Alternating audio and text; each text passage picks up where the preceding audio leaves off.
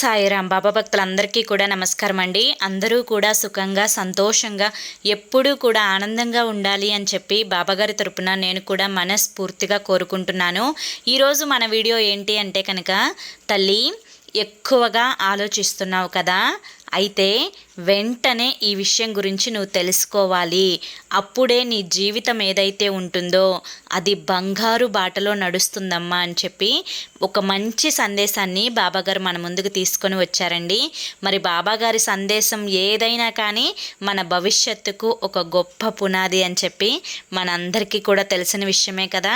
మరి బాబాగారు ఇప్పుడు ఏం చెప్పాలి అనుకుంటున్నారో విందాము. తల్లి, ఎప్పుడూ కూడా దిగులుగా ఉంటున్నావు. ఆలోచించిన విషయాన్నే పదే పదే ఆలోచిస్తూ ఉంటున్నావు. ఎక్కువగా నీ ధ్యాస మొత్తం కూడా నీ ఆలోచనల మీదే పెడుతున్నావు. దీనివల్ల నీకు కలిగే ఉపయోగం ఏదైనా ఉందా? ఒక్కసారి ఆలోచించుకో. నువ్వు దేనికోసం ఆలోచిస్తున్నావు? నువ్వు ఆలోచించడం వల్ల నీకు కలిగే ఉపయోగం ఏంటి? లేకపోతే నువ్వు ఆలోచించడం వల్ల నీ కుటుంబానికి కలిగే ఉపయోగం ఏంటి? జరిగిన నష్టం అనేది మళ్ళీ తిరిగి ఆ నష్టం వెళ్ళిపోతుందా? లేకపోతే నువ్వు ఆలోచించడం వల్ల కొన్ని లక్షలు అనేవి వచ్చి పడతాయా? ఈ ప్రశ్నలన్నింటికీ ఒక్కసారి నాకు సమాధానం చెప్పమ్మా. ఏమీ లేవు కదా సమాధానం. అన్నింటికీ కూడా లేదు బాబా, కాదు బాబా, ఇదేం జరగదు కదా బాబా అని చెప్పే కదా నువ్వు అనేది. నాకు తెలుసు తల్లి. మరి అటువంటప్పుడు ఈ ఆలోచనలతోటి నీ పాడు చేసుకోవాల్సిన అవసరం ఏముంది తల్లి? నీకు ఒక మూడు విషయాలు అనేవి చెప్తాను, జాగ్రత్తగా విను. ఇక ఈ 3 విషయాలు నువ్వు తెలుసుకున్న తర్వాత ఏ ఆలోచన అనేది నీ మనసులో ఉండదు. నీ మనసు మొత్తం కూడా తేలికగా అయిపోతుంది. ఒక పెద్ద భారాన్ని, బరువుని దించేసినట్లుగా ఒక కొత్త లోకాన్నైతే నువ్వు చూస్తావు. ఆనంద లోకాన్నైతే నువ్వు చూస్తావు తల్లి. నేను చెప్పే విషయం ఏంటో జాగ్రత్తగా విను. అందులో మొదటిది ఏంటి అంటే కనుక, ఇప్పుడు జరిగిపోయిన దాని గురించి ఎక్కువగా ఆలోచిస్తున్నావు. అవును కదా. ఈ జరిగిపోయింది ఏదైతే ఉందో అది నీ జీవితంలో జరిగిపోయింది. ఇలా జరిగిపోయిన దాని గురించి ఆలోచన మానేసే. నువ్వు ఆ జరిగిపోయిన దానివల్ల నష్టాన్నైతే పొందావు.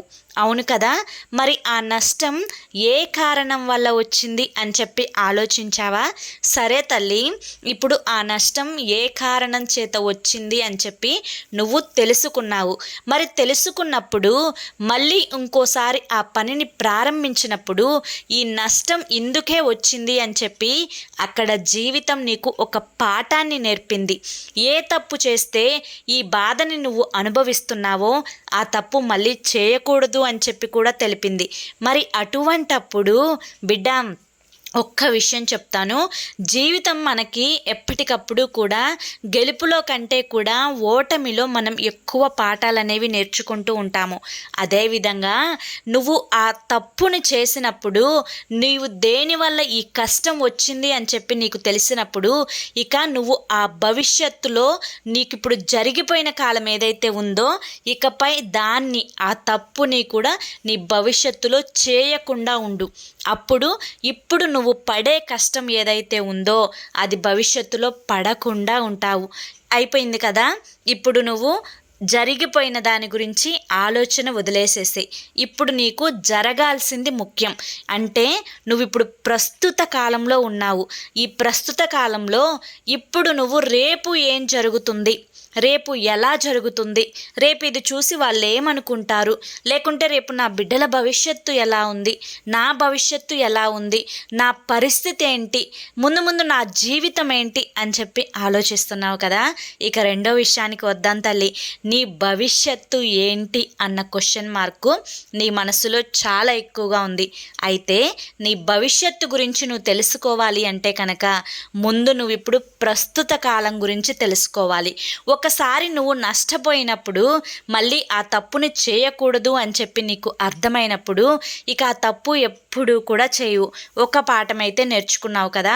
మరి ఇప్పుడున్న ప్రస్తుత కాలంలో నువ్వు ఎంతైతే కష్టపడతావో, ఎంతైతే న్యాయంగా ఉంటావో, ఎంతైతే ప్రతి సెకండ్ని కూడా ఆనందంగా ఆస్వాదిస్తూ అనుభవిస్తావో అది నీ భవిష్యత్తుని నిర్ణయిస్తుందన్నమాట. అంటే ఇప్పుడు నువ్వు ప్రస్తుత కాలంలో దిగులు పడుతూ నువ్వు ఒక కప్పు టీయే తాగుతున్నావు అనుకో తల్లి, ఆ కప్పు టీని ఆనందంగా తాగటం నేర్చుకో. చాలా రుచిగా ఉంది ఈ కప్పు టీ, ఎంత బాగుందో అని చెప్పి ఆ టీ తాగినంతసేపు కూడా ఆనందించు. నువ్వు కమ్మగా పప్పు నెయ్యి వేసుకొని అన్నం తింటే ఆ పప్పు నెయ్యి వేసుకొని తినే అన్నం ఎంత రుచిగా ఉందో ఆస్వాదించు. అంతేకాని ఆ ఆస్వాదించే గుణాన్ని పక్కన పెట్టేసి మళ్ళీ ఆలోచనలను మైండ్లోకి తెచ్చుకోవద్దు. అర్థమైంది కదా? అంటే నువ్వు ఇప్పుడు ప్రస్తుత కాలాన్ని సంతోషంగా అనుభవించావు అంటే ఈ ప్రస్తుత కాలం యొక్క సంతోషం నీ భవిష్యత్తు యొక్క సంతోషానికి కారణమవుతుంది. అర్థమైంది కదా తల్లి? అందుకనే ఈ ప్రస్తుత కాలంలో నువ్వు ఏ పని చేసినా కూడా ఆ పనిని సంతోషంగా ఆనందంగా ఆస్వాదిస్తూ ఆహ్లాదిస్తూ ఈ సమయాన్ని అయితే నువ్వు గడపాలన్నమాట. అప్పుడు నీ భవిష్యత్తు ఎలా ఉంటుందో ఇప్పుడు నేను చెప్తాను విను తల్లి. ఇక మూడవది నీ భవిష్యత్తు గురించి. నీ భవిష్యత్తు నీకు రేపు ఏం జరుగుతుంది అనేది కూడా నీకు తెలియదు. అటువంటప్పుడు భవిష్యత్తు గురించి ఎప్పుడూ కూడా ఆలోచించుకోవద్దు. ఈ ప్రస్తుత కాలాన్ని నేను ఇందాక చెప్పినట్లుగా ఆనందిస్తూ ఆస్వాదిస్తూ గడిపావు అంటే కనుక నిన్ను నువ్వు తక్కువ చేసుకోకుండా నీకంటూ ఒక లక్ష్యాన్ని ఏర్పరచుకొని దానికోసమై నువ్వు ముందడుగు వేశావు అంటే కనుక నీ భవిష్యత్తులో ఎవ్వరి మీద ఆధారపడాల్సిన అవసరం నీకు రాదు. ఎవ్వరి గురించి ఆలోచించాల్సిన అవసరం నీకు రాదు. ఎందుకంటే నువ్వు గతాన్ని వదిలేసి భవిష్యత్తును వదిలేసి ప్రస్తుత కాలాన్ని కనుక సంతోషంగా అనుభవిస్తే నీ భవిష్యత్తు కూడా సంతోషంగా ఉంటుందమ్మా. అందుకనే అతిగా ఆలోచించడం మానేసేయమ్మా. ప్రస్తుతాన్ని ఆనందంగా ఆస్వాదించు తల్లి. ఇదే నీ భవిష్యత్తుకు బంగారు బాట. తల్లి, నా బిడ్డ ఎప్పుడూ కూడా నవ్వుతూ ఉండాలనే కదా తల్లి ఒక తండ్రిగా నేను కోరుకునేది. అటువంటప్పుడు ఎప్పుడూ కూడా ఏదో కోల్పోయినట్లు, ఏదో దిగులు పడిపోతూ, ఏదో ఇక నా జీవితం అంతా అయిపోయింది అనుకున్నట్లు ప్రవర్తించకు తల్లి. ఎందుకంటే ఇప్పుడు రోజుల్లో బళ్ళే ఓళ్ళవుతాయి, ఓడలే బళ్ళవుతాయి. ఈ విషయం నీకు తెలుసు కదా? నీ భవిష్యత్తు కూడా బంగారం అవుతుంది. నిన్నెవరైతే ఎక్కిరించారో ఆ నోటితోనే నిన్ను పొగుడుతారమ్మా. నిన్ను ఎవరైతే హేళన చేశారో ఆ నోటితోనే నీకు చప్పట్లు కొడతారు తల్లి. ఆ నోటితోనే నువ్వు శబాష్ అంటారు తల్లి నిన్ను. ఇవన్నీ జరిగి తీరతాయి తల్లి.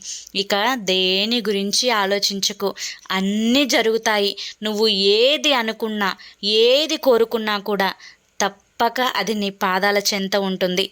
నువ్వు ప్రస్తుతాన్ని ఆనందంగా అనుభవించేసి అంతా నేను చూసుకుంటాను అని చెప్పి మనకి బాబాగారు అయితే ఒక చక్కటి సందేశాన్ని అందించారండి.